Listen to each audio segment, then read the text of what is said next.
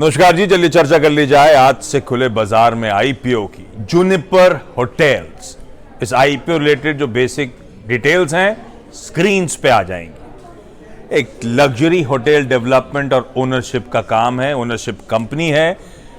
आसान शब्दों में ये जो हयात एफिलिएटेड होटल्स हैं उसमें सबसे बड़ा प्लेयर है नंबर ऑफ कीज के लिहाज से।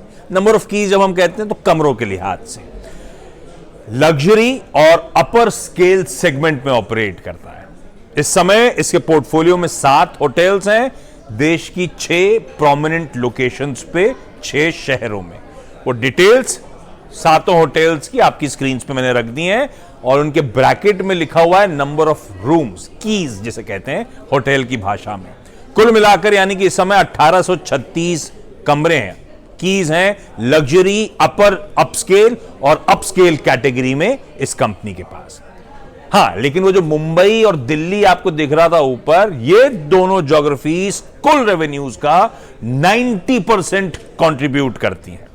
मुंबई का ग्रैंड हयात 52% कंट्रीब्यूट करता है और करीब 38% दिल्ली की दोनों प्रॉपर्टीज लेकर आती है।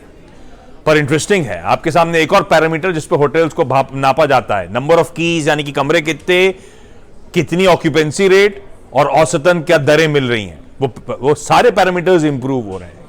1800 प्लस कमरे हो चुके हैं, 10,000 से ज्यादा औसतन रूम रेट पहुंच चुका है, 75% की बढ़िया हेल्दी ऑक्यूपेंसी नजर आएगी।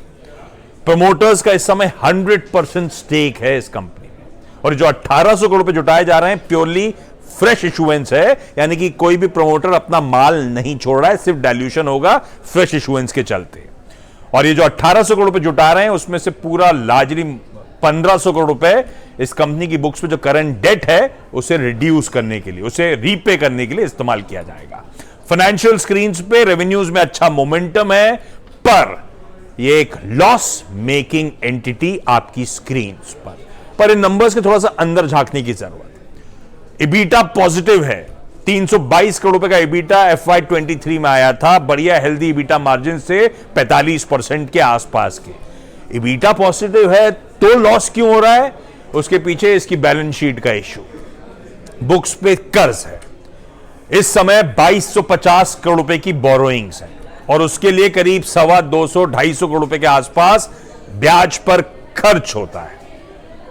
तो समीकरण बदलेंगे जब आईपीओ की प्रोसीड से डेट रिड्यूस होगी, हैंडसमली डेट रिड्यूस होगी, तो शायद कैलकुलेशंस कह रहे हैं इबीटा पॉजिटिव ये कंपनी होती हुई नजर आए।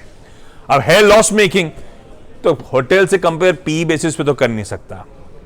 बाकी सारे होटल जिनसे कंपैरिजन ड्रॉ करके रखे हैं सब पैट पॉजिटिव हैं, तो मैंने मार्केट कैप टू सेल्स रखा। ये कंपनी 8000 करोड़ रुपए के आसपास का मार्केट कैप टारगेट कर रही है।